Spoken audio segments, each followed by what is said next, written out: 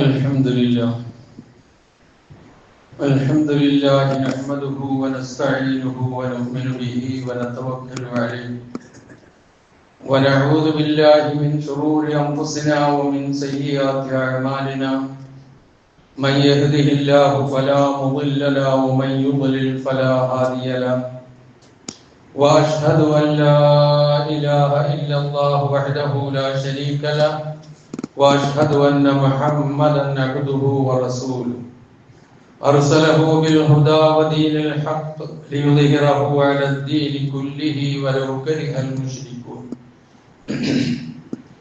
اللهم صل على محمد وعلى آل محمد كما صليت على إبراهيم وعلى آل إبراهيم وبارك على محمد وعلى آل محمد كما باركت على إبراهيم وعلى آل إبراهيم إنك حميد مجيد أما بعد فإن خير الكلام كلام الله وخير السنن سنن محمد صلى الله عليه وسلم وشر الأمور محدثاتها وكل محدثة بدعة وكل بدعة ضلالة وكل ضلالة في النار يا أيها الذين آمنوا اتقوا الله حق تقاته ولا تموتن إلا وأنتم مسلمون يا أيها الناس اتقوا ربكم الذي خلقكم من نفس واحدة وخلق منها زوجها وبث منهما رجالا كثيرا ونساء واتقوا الله الذي تساءلون به والأرحام إن الله كان عليكم رقيبا يا أيها الذين آمنوا اتقوا الله وقولوا قولا سديدا يصلح لكم أعمالكم ويغفر لكم ذنوبكم ومن يطع الله ورسوله فقد فاز فوزا عظيما أعوذ بالله من الشيطان الرجيم بسم الله الرحمن الرحيم ويوم يعض الظالم على يديه يقول يا ليتني اتخذت مع الرسول سبيلا يا ويلتى ليتني لم أتخذ فلانا خليلا لقد أضلني عن الذكر بعد إذ جاءني وكان الشيطان للإنسان خذولا സഹോദരന്മാരെ സഹോദരികളെ, ജീവിതത്തിന്റെ നിഖില മേഖലകളിലും അള്ളാഹുവിന്റെ നിയമനിർദ്ദേശങ്ങൾ പാലിച്ചുകൊണ്ട് ജീവിക്കുവാൻ കൽപ്പിക്കപ്പെട്ടവരാണ് നാം ഓരോരുത്തരും എന്ന് ഉണർത്തുന്നു.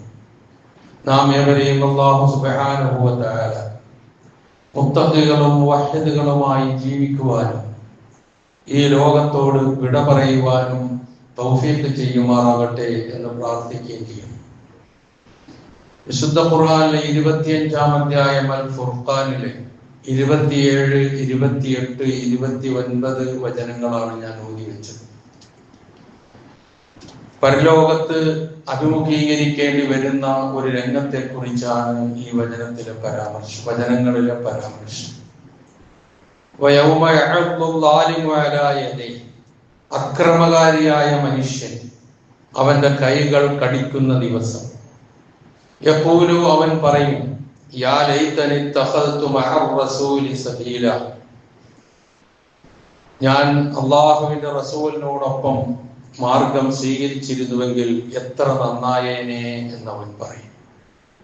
യാ വൈലത്ത, എന്റെ നാശമേ, എന്റെ കഷ്ടമേ, ലൈതനി ലം അത്തഖിദ് ഫുലാനൻ ഖലീല, ഇന്നാലിന്ന ആളുകളെ ഞാൻ ചങ്ങാതിയായി സ്വീകരിച്ചിട്ടില്ലായിരുന്നുവെങ്കിലും എത്ര നന്നായേനെ. ലഖദ് അദല്ലനി അനിൽ ദിക്രി ബഅദ ഇദ് ജാഅനി, അല്ലാഹുവിന്റെ ഉത്ബോധനം എനിക്ക് വന്ന് കിട്ടിയതിന് ശേഷം എന്നെ അവൻ തെറ്റിച്ചു കളഞ്ഞു. വകാന ശൈത്താനു ലിൽ ഇൻസാനി ഖദൂല, പിശാച് മനുഷ്യനെ കൈവിട്ട് കളയുന്നവനാകുന്നു എന്നാണ് ഈ വചനങ്ങളുടെ സാരം. ഇതിനൊരു അവതരണ പശ്ചാത്തലം ഇത് മനസ്സിലാക്കി ഒരല്പ വിശദീകരണത്തിലേക്ക് നമുക്ക് കടക്കാം. മഹാനായ പ്രവാചക തിരുമേനി സല്ലല്ലാഹു അലൈഹി വസല്ലമയുടെ മക്ക ജീവിത കാലഘട്ടത്തിൽ ലാ ഇലാഹ ഇല്ലല്ലാഹയുടെ പ്രബോധനവുമായി ഇറങ്ങിത്തിരിച്ചപ്പോൾ ഉണ്ടായ എതിർപ്പുകളും ഓരോരുത്തരുടെ സമീപനങ്ങളും ഓരോരുത്തരുടെ സ്വഭാവ രീതികളും ഒക്കെ നമുക്ക് ചരിത്രത്തിൽ വായിക്കാം. ചിലർ പ്രവാചകനെ എല്ലാ രൂപത്തിലും എതിർത്തു, കാണാൻ പോലും കൂട്ടാക്കാത്ത നിലയിലുള്ള ശത്രുത. മറ്റു ചിലരാകട്ടെ ഇടയ്ക്കിടെ കാണാൻ പോകും, ഒപ്പം ഇരിക്കും, ആ വിശ്വാസം ഉൾക്കൊള്ളില്ല എന്ന് മാത്രം. അങ്ങനെ നബി സല്ലല്ലാഹു അലൈഹി വസല്ലമയെ ഇടയ്ക്കിടെ പ്രവാചകന്റെ അടുക്കൽ ചെന്നിരിക്കാറുണ്ടായിരുന്ന, സാധാരണയായി ചെല്ലാറുണ്ടായിരുന്ന ഒരാളാണ് ഉഖ്ബത്ത് ഇബ്നു അബീ മുഅയ്ത്ത് എന്ന് പറയുന്ന വ്യക്തി. വിശ്വസിച്ചിട്ടൊന്നുമില്ല, പക്ഷെ പ്രവാചകനോടുള്ള ഇഷ്ടവും താല്പര്യ നിമിത്തം ഇടയ്ക്കിടയ്ക്ക് പോയി പ്രവാചകന്റെ അടുക്കൽ ഇരിക്കും. ഒരു ദിവസം ഈ ഉഖ്ബത്ത് ഇബ്നു അബീ മുഅയ്ത്ത് നബി സല്ലല്ലാഹു അലൈഹി വസല്ലമയെ ഒരു വിരുന്നിന് ക്ഷണിച്ചു. പ്രവാചകൻ സ്നേഹപൂർവം ആ ക്ഷണം നിരസിച്ചു. അത് അദ്ദേഹത്തിന് ഒട്ടും ഉൾക്കൊള്ളാൻ കഴിഞ്ഞില്ല. ഉടനെ തന്നെ നബി സല്ലല്ലാഹു അലൈഹി വസല്ലമയുടെ മുമ്പിൽ വെച്ച് അയാൾ ഷഹാദത്ത് ചൊല്ലി, അഷ്ഹദു അല്ലാ ഇലാഹ ഇല്ലല്ലാഹ് വ അന്നക റസൂലുള്ളാഹി. ഈ ഉഖ്ബത്ത് ഇബ്നു അബീ മുഅയ്ത്തിന്റെ ഏറ്റവും ഒരു സുഹൃത്തായിരുന്നു, അടുത്ത സുഹൃത്തായിരുന്നു ഉബയ്യ് ഇബ്നു ഖലഫ് എന്ന് പറയുന്ന ആൾ. ഈ ഉബയ്യ് ഇബ്നു ഖലഫ് ഉഖ്ബത്ത് ഇബ്നു അബീ മുഅയ്ത്ത് ഷഹാദത്ത് ചൊല്ലിയ ദൂരം അറിഞ്ഞു. അദ്ദേഹം വല്ലാതെ ക്ഷുഭിതനായി ഉഖ്ബത്തിനെ ആക്ഷേപിച്ചു. ആക്ഷേപം ശക്തിപ്പെട്ടു വന്നപ്പോൾ ഉഖ്ബത്ത് അതിന് മറുപടിയായി പറഞ്ഞു, നിങ്ങൾ വിചാരിക്കുന്ന പോലൊന്നുമില്ല, ഞാൻ മതം മാറിയിട്ടൊന്നുമില്ല. മുഹമ്മദിനോടുള്ള ഇഷ്ടം നിമിത്തം മുഹമ്മദിനെ ഞാൻ ഭക്ഷണം കഴിക്കാൻ വേണ്ടി ക്ഷണിച്ചു. അത് നിരസിച്ചപ്പോൾ അതെനിക്ക് ലജ്ജയായി തോന്നി. അപ്പോൾ ഞാൻ അവൻ വരാൻ വേണ്ടി അതൊന്ന് പറഞ്ഞതാണ്, അല്ലാതെ യഥാർത്ഥത്തിൽ ഞാൻ മതമൊന്നും മാറിയിട്ടില്ല എന്ന് ഉഖ്ബത്ത് ഇബ്നു അബീ മുഅയ്ത്ത് മറുപടി നൽകി. ഉബയ്യ് ഇബ്നു ഖലഫിന് അതത്ര വിശ്വാസമായില്ല. കാരണം അന്നത്തെ സ്ഥിതി അതാണ്, ആര് മുഹമ്മദ് നബിയുടെ അനുയായിയായി തീരുന്നു എന്ന് ഒപ്പം നടന്ന് നോക്കി തിട്ടപ്പെടുത്തിക്കൊണ്ടിരിക്കുന്ന ഒരു കാലമാണ്. അപ്പൊ ഇതൊന്നും പറഞ്ഞിട്ട് അദ്ദേഹത്തിന് അങ്ങോട്ട് ഉൾക്കൊള്ളാനായില്ല. അപ്പം ഉഖ്ബത്ത് ഇബ്നു അബീ മുഅയ്ത്തിനോട് ഉബയ്യ് ഇബ്നു ഖലഫ് പറഞ്ഞു, നീ പറഞ്ഞത് ശരി, ഇത് ഞാൻ വിശ്വസിക്കണമെങ്കിൽ ഇനി ഞാൻ പറയുന്ന കാര്യം നീ ചെയ്യണം. എന്താന്ന് ചോദിച്ചു. മറ്റൊന്നുമല്ല, മുഹമ്മദിന്റെ മുഖത്ത് നീ കാർപ്പിച്ചു തുപ്പണം, അവന്റെ പിരടിക്ക് നീ ചവിട്ടണം. ഇത് രണ്ടും നീ ചെയ്താൽ നീ ഈ പറഞ്ഞത് ഞാൻ വിശ്വസിക്കാമെന്ന്. അയാളത് ചെയ്തു. റസൂലിന്റെ മുഖത്ത് കാർപ്പിച്ചു തുപ്പി, റസൂലിന്റെ പിരടിക്ക് ചവിട്ടി. ഇതുമായി ബന്ധപ്പെട്ടാണ് ഈ വചനം അവതരിച്ചിരിക്കുന്നത്. അതാണ് വളരെ കൃത്യമാണ്. അക്രമിയായ മനുഷ്യൻ അവരുടെ കൈകൾ കടിക്കും. ഇന്ന മനുഷ്യന്റെ, ഞാൻ റസൂലിന്റെ മാർഗം സ്വീകരിച്ചിരുന്നെങ്കിൽ എത്ര നന്നായേനെ, ഇന്ന മനുഷ്യന്റെ ഒപ്പം ഞാൻ പോയിട്ടില്ലായിരുന്നുവെങ്കിൽ എത്ര നന്നായേനെ, എനിക്ക് ഉത്ബോധനം വന്നു കിട്ടിയതിന് ശേഷം അവൻ എന്നെ പിഴപ്പിച്ചു കളഞ്ഞല്ലോ എന്നൊക്കെയുള്ള ആ വിലാപം പരലോകത്ത് നടക്കുന്നതിനെ കുറിച്ചാണ് പറയുന്നത്. ഇതിൽ ഉഖ്ബത്ത് ഇബ്നു അബീ മുഅയ്ത്ത് ബദറിലും ഉബയ്യ് ഇബ്നു ഖലഫ് ഉഹദിലും വധിക്കപ്പെട്ടതായിട്ടാണ് ചരിത്രത്തിൽ നമുക്ക് വായിക്കാൻ കഴിയുന്നത്. അപ്പൊ നമ്മൾ ഈ വചനങ്ങൾ അവതരിക്കാനുള്ള പശ്ചാത്തലം ഇങ്ങനെ പറയുമ്പോൾ ഇത് കേവലം ഉഖ്ബത്ത് ഇബ്നു അബീ മുഅയ്ത്തിലും ഉബയ്യ് ഇബ്നു ഖലഫിലും മാത്രം പരിമിതപ്പെടുത്തേണ്ട ഒന്നല്ല. മറിച്ച് ഇവിടെ പ്രയോഗിച്ച പ്രയോഗം അല്ലാലിം എന്ന പ്രയോഗവും ഫുലാനൻ ഖലീല എന്ന പ്രയോഗവും എനിക്കും നിങ്ങൾക്കും നമുക്കെല്ലാവർക്കും ചേരുന്നത് തന്നെയാണ്. ഈ സ്വഭാവം വന്നാൽ ഈ വൃത്തത്തിൽ നമ്മളും പെടും. അതാണ് നാം കരുതേണ്ട കാര്യം. സത്യത്തിനും ധർമ്മത്തിനും നീതിക്കും നന്മയ്ക്കും ഒന്നും ചെവി കൊള്ളാതെ അന്യരുടെ ദുർബോധനങ്ങൾക്ക് വശംവദരായി വഴിപിഴച്ച് സത്യവും ധർമ്മവും എല്ലാം വിട്ടുപോകുന്ന ആർക്കും ബാധകമാണ് ഈ വചനങ്ങൾ. ഇവിടെ ഏറ്റവും പ്രധാനമായിട്ടുള്ളത് ഒരു കൂട്ടുകെട്ടിന്റെ പേരിൽ, ഒരു സൗഹൃദത്തിന്റെ പേരിലാണ് എന്നുള്ളത് നാം തിരിച്ചറിയണം. കൂട്ടുകെട്ടും സൗഹൃദവും എല്ലാം ആവശ്യമാണ്. ഇന്ന് നാം ജീവിച്ചുകൊണ്ടിരിക്കുന്ന കാലം ഫ്രണ്ട്ഷിപ്പിന് ഏറെ പ്രാധാന്യം നൽകപ്പെടുന്ന കാലമാണ്. മാതാപിതാക്കളെക്കാൾ, അടുത്ത ബന്ധുക്കളെക്കാൾ, മതത്തിന്റെ അധ്യാപനങ്ങളെക്കാൾ, എല്ലാറ്റിനേക്കാളും ഉപരിയായി കൂട്ടുകാരനും കൂട്ടുകാരിയും എന്തു പറയുന്നുവോ അതാണ് എല്ലാം എന്നുള്ള നിലയിൽ ജീവിച്ചു കൊണ്ടിരിക്കുന്ന ഒരു കാലഘട്ടത്തിലാണ് നമ്മളുള്ളത്, നമ്മളുടെ പിൻതലമുറയുള്ളത് എന്നത് നിഷേധിക്കാൻ കഴിയില്ല. അതിൽ വേറെ പല സോഷ്യൽ മീഡിയകളിലുള്ള കൂട്ടായ്മകൾ വേറെയുണ്ട്, കൂട്ടുകെട്ടുകൾ, ഫ്രണ്ട്ഷിപ്പുകൾ വേറെയുണ്ട്, വാട്സപ്പ് ഉണ്ട്, ഫേസ്ബുക്ക് ഉണ്ട്, ഇൻസ്റ്റാഗ്രാം ഉണ്ട്, ഇങ്ങനെ പലതുമുണ്ട്. ഇതിലൊക്കെ നല്ല നല്ല ഒരുപാട് കാര്യങ്ങൾ നമുക്ക് വായിക്കാനും പഠിക്കാനും ഒക്കെ ഉണ്ട് എന്നുള്ളത് നിഷേധിക്കുന്നില്ല. പക്ഷെ ആ നല്ലതും ചീത്തയും രണ്ടും നാം ഒന്ന് തൂക്കി നോക്കിയാൽ ഒരു സംശയവും വേണ്ട, ചീത്തയായിരിക്കും ഏറ്റവും കനം തൂങ്ങുക ഇത്തരം രംഗങ്ങളിൽ.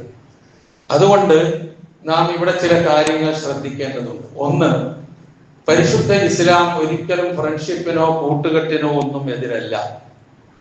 കൂട്ടുകെട്ടില്ലാതെ ഒറ്റയ്ക്ക് ജീവിക്കുക എന്നുള്ളത് അസാധ്യമായ കാര്യമാണ്. സുഹൃത്ബന്ധമില്ലാത്ത ജീവിതം എന്ത് ജീവിതമാണ്? ഒരാൾക്ക് ഒരു കൂട്ടുകാരനുമില്ല എന്നുള്ള അവസ്ഥ വന്നാൽ നമ്മളൊന്ന് ചിന്തിച്ചു നോക്ക്, സഹിക്കാൻ കഴിയില്ല. ഒറ്റപ്പെടലിന്റെ വേദന വളരെ വലുതായിരിക്കും, അത് പറഞ്ഞറിയിക്കാൻ കൂടി കഴിയില്ല. അപ്പം നമ്മള് എന്താ ഇവിടെ പ്രശ്നം എന്ന് പറഞ്ഞാല്, ഒറ്റയ്ക്ക് ഓരോരുത്തരെ എടുത്തു നോക്കിയാലും ഇത്ര ഡീസന്റും മര്യാദയും ഉള്ള ആരെയും നമുക്ക് കാണാൻ കഴിയില്ല. ഒറ്റയ്ക്ക് എല്ലാവരും മെച്ചമാണ്.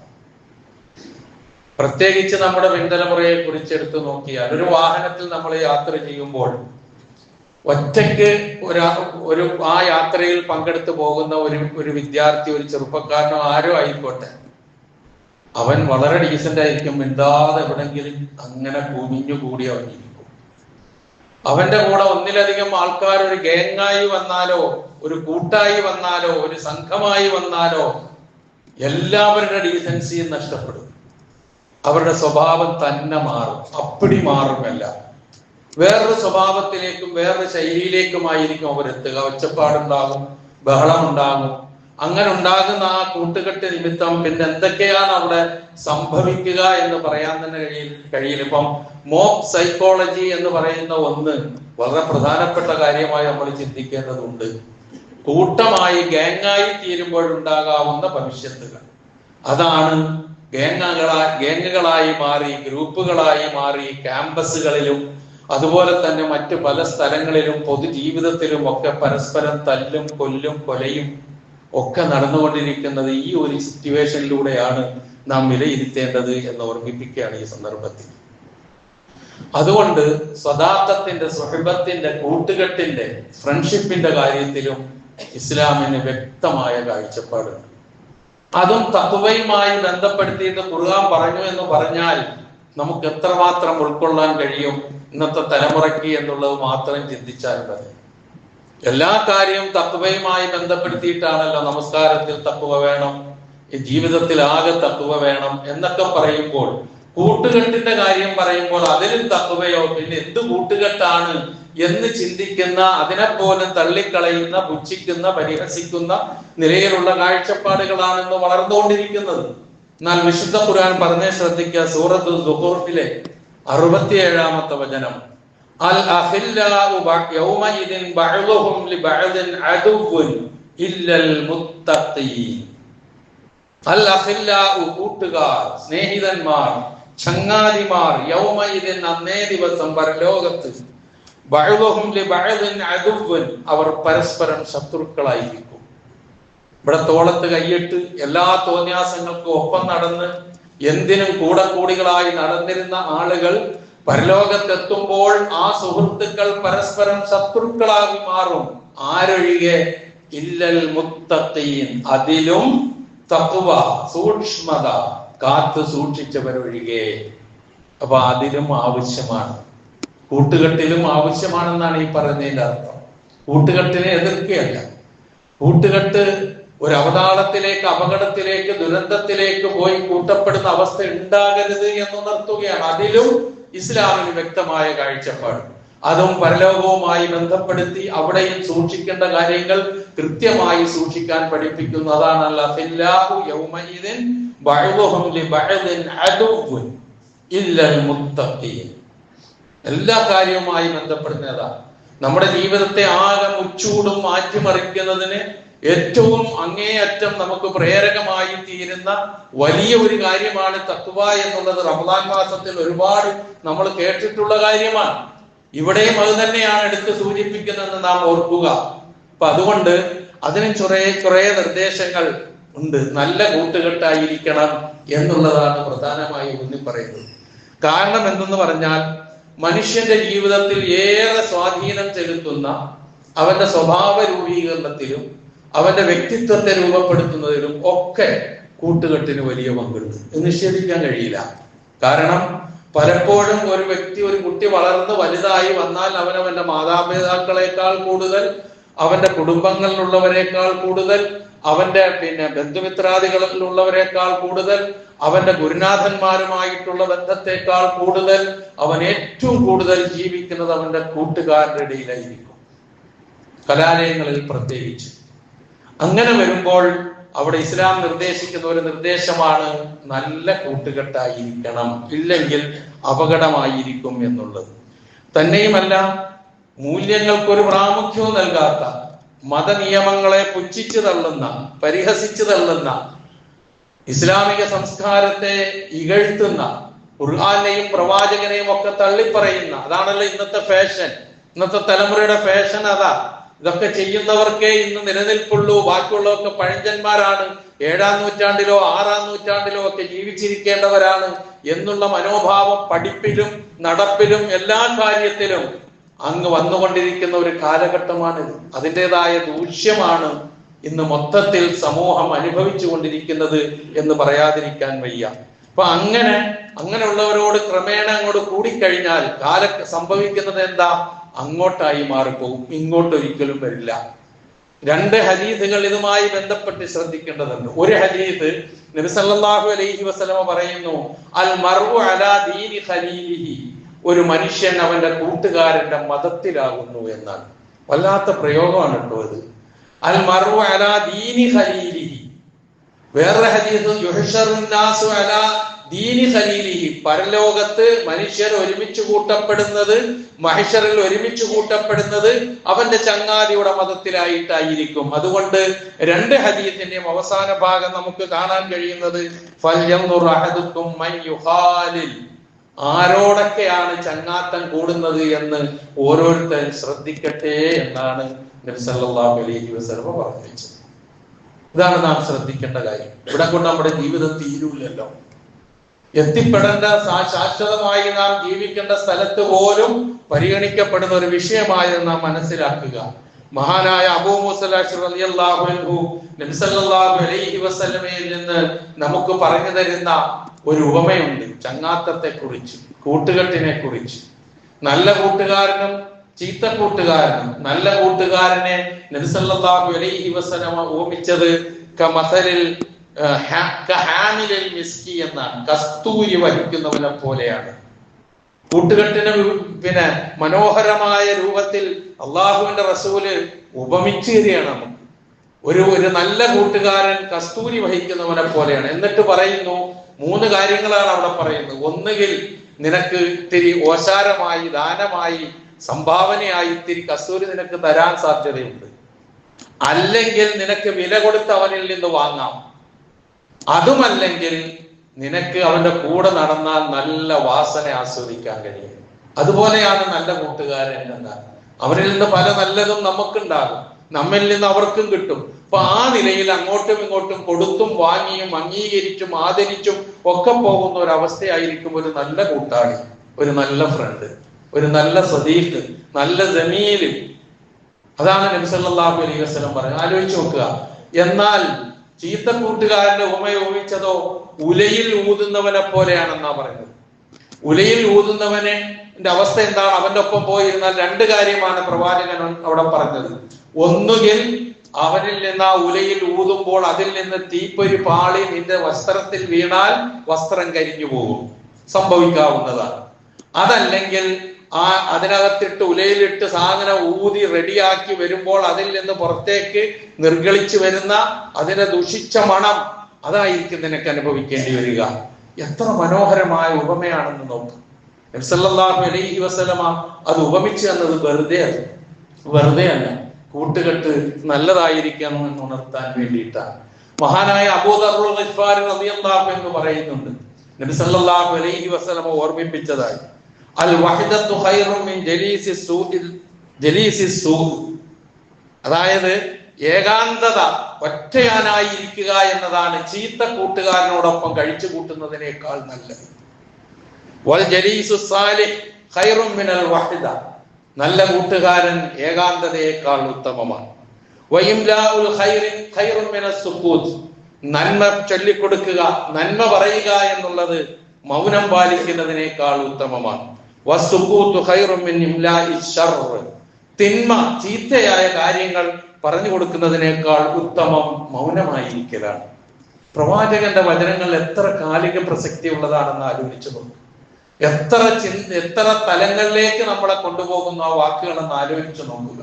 നബി സല്ലല്ലാഹു അലൈഹി വസല്ലമ അങ്ങനെയാണ് അതിനെ നമുക്ക് വിശേഷിപ്പിച്ചു തന്നത്. എന്തിനാണത്? കൂട്ടുകെട്ട് വേണ്ട എന്നല്ല, കൂട്ടുകെട്ട് നല്ലതായിരിക്കണം എന്നതാണ്. മഹാനായ ഖലീഫ മഅ്മൂൻ കൂട്ടുകെട്ടിനെ 3 രൂപത്തിൽ വിശകലനം ചെയ്യുന്നുണ്ട്. അതിൽ ഒന്നാമത് അദ്ദേഹം പറയുന്നത്, ഒരു വിഭാഗം കൂട്ടുകാർ ഭക്ഷണം പോലെയാണ് എന്ന് പറഞ്ഞാൽ അതില്ലാതെ ജീവിക്കാൻ പറ്റില്ല. ചിലർക്ക് അങ്ങനെയാണ്, ചില കൂട്ടുകാരില്ലെങ്കിൽ അവർക്ക് ജീവിക്കാൻ പറ്റില്ല. അങ്ങനെയുള്ള നല്ല കൂട്ടുകെട്ടുണ്ട്, അതാണ് ആ പറഞ്ഞതിന്റെ അർത്ഥം. രണ്ടാമത് അദ്ദേഹം പറഞ്ഞത്, മറ്റൊരു വിഭാഗം കൂട്ടുകാർ ഔഷധം പോലെയാണെന്ന്, മരുന്ന് പോലെ.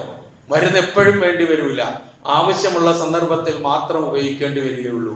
അതുപോലെയാണ് ചില കൂട്ടുകാരെ, അങ്ങനെയുള്ള അവസരങ്ങളിൽ ഉപയോഗം ആവശ്യമായി വരികയുള്ളൂ.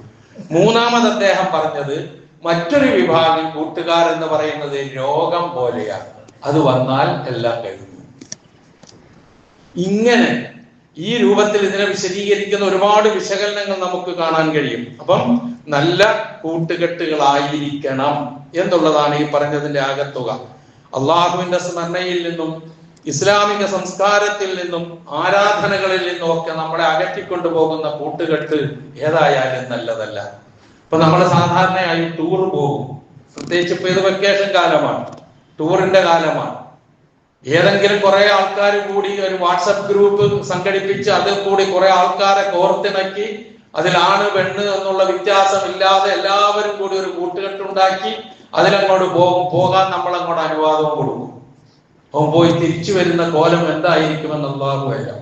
തന്നെയുമല്ല, 5 നേരം കൃത്യമായി ജമാഅത്തോടുകൂടി നമസ്കരിക്കുന്ന സ്വഭാവമുള്ള ആരെങ്കിലും ഒട്ടും നമസ്കരിക്കാത്ത ഇത്തരം കൂട്ടുകാരുമായി ടൂറ് പോയാൽ പിന്നെ പറയുകയും വേണ്ട. കാരണം ടൂറ് എന്ന് പറഞ്ഞാൽ എന്തുമാകാം, എന്തു തോന്നിയാസമാകാം, നമസ്കാരമില്ല, മറ്റു ഒരു കാര്യത്തിലും പ്രാമുഖ്യമില്ല, നന്മകളെ കുറിച്ച് ചിന്തിക്കേണ്ടതില്ല എന്നുള്ള ഒരു കാഴ്ചപ്പാടിൽ അങ്ങോട്ട് പോകും. അതേസമയം ആ ടൂറ് നമ്മളൊന്ന് കുടുംബത്തിലേക്ക് ചുരുക്കിയാലോ, വാപ്പയും ഉമ്മയും സഹോദരന്മാരും സഹോദരിമാരും ആ കൂട്ടുകുടുംബം ഒക്കെ ആയിട്ടൊന്ന് പോകുമ്പോൾ തീർച്ചയായും നമ്മുടേതായ നിയന്ത്രണത്തിലും നമ്മുടേതായ പരിശീലനത്തിലും ഒക്കെ അവർ നമ്മളുടെ ഒപ്പം ഉണ്ടാകും. ഇപ്പൊ നമസ്കാരം എന്ന് പറയുന്നത് ഒരു സന്ദർഭത്തിലും, അത് ടൂറായാലും ടൂർ അല്ലെങ്കിലും ഒരിക്കലും ഒഴിവാക്കാൻ പറ്റുന്നതല്ല. ടൂറിൽ പോലും യാത്രയിൽ പോലും കസ്റും ജമ്മും ഒക്കെ നിശ്ചയിച്ചു തന്നിട്ടുള്ളത് ഇത്തരം കാര്യങ്ങൾക്ക്. ഞാനൊരു ഉദാഹരണം പറഞ്ഞു എന്ന് മാത്രം. അതുപോലെ ഒട്ടും ലഹരി എന്താണെന്ന് നുണച്ചു നോക്കാത്ത ഒരു യുവാവ്, ഒരു ചെറുപ്പക്കാരൻ, ഒരു വിദ്യാർത്ഥി അത് നുണച്ചു നോക്കി അതിന്റെ സുഖം അറിഞ്ഞ ഒരു ഗേങ്ങിന്റെ കൂടെ പോയി തിരിച്ചു വരുമ്പോൾ ഒരിക്കലും വിചാരിക്കേണ്ട ആ ഉപയോഗിക്കാതിരുന്നവൻ ഒട്ടും ഉപയോഗിച്ചിട്ടുണ്ടാവില്ല, അല്ലെങ്കിൽ ഉപയോഗിച്ച് ഇവന്റെ കൂടെ പോയിരുന്നവർ അതിൽ നിന്ന് മാറി എന്നൊരിക്കലും നമുക്ക് നിனைക്കാൻ കഴിയില്ല. കാരണം ആ ഉപയോഗിക്കുന്നവരുടെ കൂടെ അവൻ കൂടിയിരിക്കും. ഇത്തിരി നുണച്ചാണ് പിന്നെ ഒത്തിരിയിലേക്ക് എത്തുക. ഇങ്ങനെയുള്ള കൂട്ടുകെട്ടും സാഹചര്യങ്ങളും ഇന്നത്തെ സാമൂഹ്യ ചുറ്റുപാടുകളും ഒക്കെയാണ് നമ്മളെയൊക്കെ വേദനിപ്പിക്കുന്ന നിലയിലുള്ള പല കാര്യങ്ങളും കാണാനും കേൾക്കാനും വായിക്കാനും ഒക്കെ വഴിയൊരുക്കിയിട്ടുള്ളത്. അതുകൊണ്ട് നമ്മളുടെ മക്കളെ കുറിച്ച് അവർ ഈ വൃത്തത്തിലൊന്നും ഇല്ല എന്ന് വെറുതെ വിചാരിച്ചാൽ പോരാ. ഇല്ല എന്ന് ഉറപ്പുവരുത്തണം. അവിടെയാണ് നമുക്ക് വിജയിക്കാൻ കഴിയുക. ഇപ്പൊ രാത്രി സമയങ്ങളിൽ ഇപ്പൊ നമുക്കറിയാം, എറണാകുളം സിറ്റിയിൽ നമ്മൾ ജീവിച്ചുകൊണ്ടിരിക്കുന്നവരാണ്. നമ്മൾ രാത്രി സമയങ്ങളിൽ യാത്ര പോയാൽ ഈ അങ്ങാടികളിലും ജംഗ്ഷനുകളിലും ഒക്കെ കാണുന്ന കാഴ്ചകൾ ചിലപ്പോൾ നമ്മൾ കണ്ണുപൊത്തിക്കൊണ്ട് നടന്നു പോകേണ്ട സ്ഥിതിവിശേഷം നമുക്കൊക്കെ ഉണ്ടാകുന്നുണ്ടാകും. ഈ ജംഗ്ഷനിൽ പലപ്പോഴും ഉണ്ടായിട്ടുണ്ട്. അതുകൊണ്ട് തന്നെയാ പറയുന്നത്. കാരണം നമ്മളുടെ മക്കൾ വൈകുന്നേരങ്ങളിലായാൽ, വൈകുന്നേരം ആയിക്കഴിഞ്ഞാൽ എന്റെ വീട്ടിൽ എത്തിച്ചേർന്ന് കഴിഞ്ഞിരിക്കുന്നു എന്ന് ഉറപ്പുവരുത്താൻ രക്ഷകർത്താക്കൾക്ക് കഴിയാതെ അവരെ ഇങ്ങനെ നമ്മൾ അഴിച്ചുവിട്ടതിന് ശേഷം പിന്നെ നെഞ്ചത്തടിച്ചിട്ട് കാര്യമുണ്ടാവില്ല. ചെയ്യേണ്ടത് ചെയ്തുകൊണ്ടായിരിക്കണം നാം മുന്നോട്ട് നീങ്ങേണ്ടത്. ഇവിടെ ഒക്കെ ഇപ്പം അള്ളാഹുവിന് ഏറ്റവും ഇഷ്ടപ്പെട്ട സ്ഥലമേതാ? പള്ളി. അള്ളാഹുവിന് ഏറ്റവും വെറുപ്പുള്ള സ്ഥലമേതാ? അങ്ങാടി. ഇത് പറയുമ്പോൾ അങ്ങാടിയിൽ കച്ചവടം ചെയ്യുന്ന ആൾക്കാരെ കുറ്റപ്പെടുത്തുക എന്നല്ല ഈ പറയുന്നത് അർത്ഥം. അങ്ങനെയാണ് ആ സ്ഥലം, അതങ്ങനെ ആവുകയുള്ളൂ.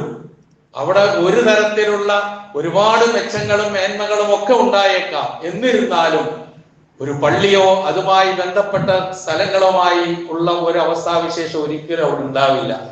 അതുകൊണ്ട് അള്ളാഹുവിന്റെ റസൂൽ സല്ലല്ലാഹു അലൈഹി വസല്ലം പറഞ്ഞ ഒരു വചനമുണ്ട്, ലാ തകൂനന്ന ഇൻ ഇസ്തതഅത അവ്വല മൻ യദ്ഖുലു സൂഖ വലാ ആഖിറ മൻ യഖ്റുജു മിൻഹാ. വല്ലാത്ത വചനമാണ്. ഒരിക്കലും നിനക്ക് കഴിയുമെങ്കിൽ ഏറ്റവും ആദ്യം അങ്ങാടിയിൽ പ്രവേശിക്കുന്നവനാകരുത് നീ. അതുപോലെ തന്നെ അങ്ങാടിയിൽ നിന്ന് ഏറ്റവും അവസാനം പുറത്തു വരുന്നവനും നീ ആകരുത്. ഏറ്റവും ആദ്യം അങ്ങാടിയിൽ ചെന്ന് പെടുന്നവൻ നീ ആകരുത്, ഏറ്റവും അവസാനം അങ്ങാടിയിൽ നിന്ന് പുറത്തു വരുന്നവനും നീ ആകരുത് എന്ന് പറഞ്ഞിട്ട് പ്രവാചകൻ പറയുന്നു, ഫൈന്നഹാ മഅരികത്തു ശൈത്താൻ, അത് പിശാചിന്റെ പടനിലമാണ്. എന്നിട്ട് പറയുന്നു വഫീഹാ യബീൽ വഫീഹാ യൻസിബു റായതഹു. മുസ്ലിം ഉദ്ധരിച്ച ഹദീസാണ്, വെറും വാക്കുകളൊന്നും അല്ലത്. എന്താ പറയുന്നതിന്റെ അർത്ഥം? വഫീഹാ യബീൽ, അവിടെയാണ്, അങ്ങാടിയിലാണ് പിശാച് മുട്ടയിട്ട് സന്താനങ്ങളെ വർദ്ധിപ്പിക്കുന്നത്, പെരിപ്പിക്കുന്നത്. വഫീഹാ യൻസിബു റായതഹു, പിശാചിന്റെ കൊടി നാട്ടുന്നത് അങ്ങാടിയിലാണ്. എന്ന് വെച്ചാൽ പൈശാചികത ഉറഞ്ഞു തൊള്ളുന്ന സ്ഥലമാണത് എല്ലാ അർത്ഥത്തിലും. ഇവിടെയാണ് രാത്രിയുടെ അന്ത്യയാമങ്ങളിലും രാത്രി ഒരുപാട് ഇരുട്ടിയതിനു ശേഷവും ആണും പെണ്ണും വ്യത്യാസമില്ലാതെ ഓരോ തുരുത്തുകളിലായി അവിടെയും ഇവിടെയൊക്കെ ഓരോരുത്തരെ കഴിച്ചു കൂട്ടുന്നത്. അത് എവിടെ നിന്നോ വന്ന കുട്ടികളാണെന്നായിരിക്കും നമ്മളൊക്കെ സാധാരണ വിചാരിക്കുക. ഉറപ്പാണ്, എവിടെ നിന്നോ വന്ന കുട്ടികളാണ്. പക്ഷെ അവർക്കുമുണ്ട് നമ്മളെപ്പോലെ ഉമ്മയും ഉപ്പയും ഉടയവരും എല്ലാം. അതെല്ലാം മറന്നുകൊണ്ടാണ് ഇങ്ങനെ പോകുന്നത്. അപ്പം അങ്ങനെ അങ്ങാടികളിലും അതുപോലുള്ള സ്ഥലങ്ങളിലും കഴിച്ചു കൂട്ടിയാൽ തന്നെ അവിടൊക്കെ ശ്രദ്ധിക്കേണ്ട കാര്യങ്ങളെ കുറിച്ച് പോലും പരിശുദ്ധ ഇസ്ലാം നമുക്ക് പറഞ്ഞു തരുന്നുണ്ട്. പ്രിയമുള്ളവരെ, നിസ്സാരമായി കാണരുത്. നബി സല്ലല്ലാഹു അലൈഹി വസല്ലം ഒരിക്കൽ പറഞ്ഞു, ഇയ്യാക്കും വൽ ജുലൂസ ഫിത്തുറുഖാത്ത്, നിങ്ങൾ അങ്ങാടികളിൽ വഴിയോരങ്ങളിൽ കഴിച്ചു കൂട്ടുന്നതിന്റെ കാര്യത്തിൽ നിങ്ങൾ ജാഗ്രത പാലിക്കണം. അപ്പൊ സഹാബത്ത് ചോദിച്ചു, അല്ലാഹുവിന്റെ റസൂലേ, ഞങ്ങൾ അവിടെ അങ്ങാടിയിലോ ജംഗ്ഷനുകളിലോ ഏതെങ്കിലും മറ്റു സ്ഥലങ്ങളിലോ ഒക്കെ ഞങ്ങൾ ഇരുന്ന് സംസാരിക്കുകയൊക്കെ ചെയ്യുന്ന അത്യാവശ്യമായി വരാറുണ്ടല്ലോ എന്ന് പ്രവാചകനോട് തിരിച്ചു ചോദിച്ചപ്പോൾ പ്രവാചകൻ പറഞ്ഞു, നിങ്ങൾക്ക് അങ്ങനെ ഇരുന്നേ തീരൂ, അവിടെ ഇരിക്കണം, അങ്ങനെ അത്യന്താപേക്ഷിതമാണ് എന്നൊരവസ്ഥ വന്നാൽ നിങ്ങൾ വഴിക്ക് അതിന്റെ ബാധ്യത, ഹക്ക് നിങ്ങൾ നൽകണം. അപ്പൊ സഹാബത്ത് ചോദിച്ചു, എന്താണ് ഹഖ്ഖു തരീഖ്? വഴിക്കുമുണ്ട് ഹക്ക്, വഴിയോരങ്ങളിൽ ഇരിക്കുന്നവർക്കുമുണ്ട് ഹക്ക്. എന്താണത്? നബി സല്ലല്ലാഹു അലൈഹി വസല്ലം പറഞ്ഞു, വഖ്ഫുൽ ബസർ, കണ്ണുകളെ നിയന്ത്രിക്കുക. പിന്നെ പറഞ്ഞത് വഖഫുൽ അദാ, ഉപദ്രവം തടയുക. വറദ്ദുസ് സലാം, സലാം മടക്കുക. വൽ അംറു ബിൽ മഅറൂഫ് വൻ നഹ്യു അനിൽ മുൻകർ, നന്മ കൽപ്പിക്കുക, തിന്മ വിരോധിക്കുക.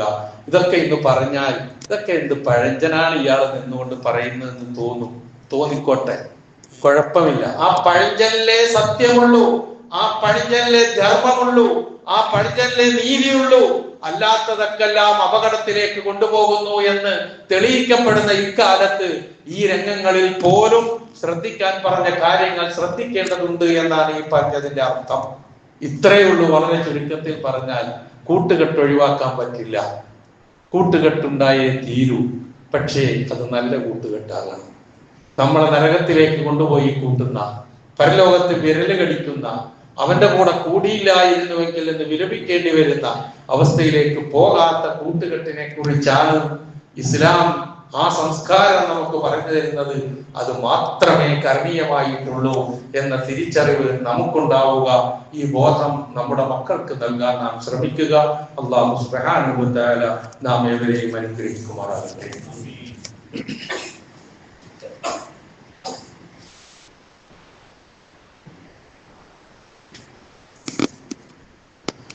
الحمد لله الذي هدانا لهذا وما كنا لنهتدي لولا أن هدانا الله والصلاة والسلام على أشرف الأنبياء والمرسلين وعلى آله وصحبه ومن تبعهم بإحسان إلى يوم الدين أما بعد اتقوا الله عباد الله.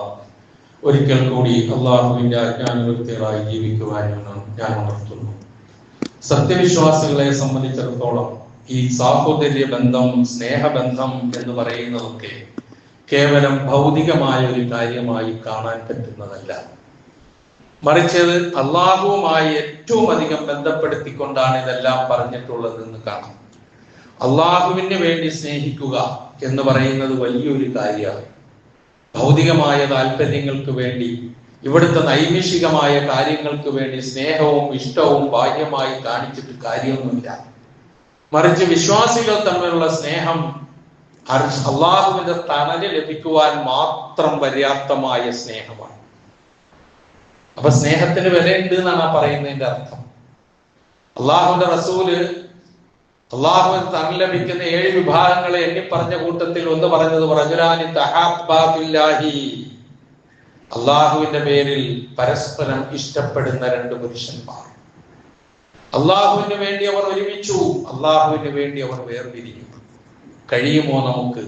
അങ്ങനെയുള്ള ഇഷ്ടവും സ്നേഹവുമാണോ നമ്മുടേതെന്ന് നോക്കുക.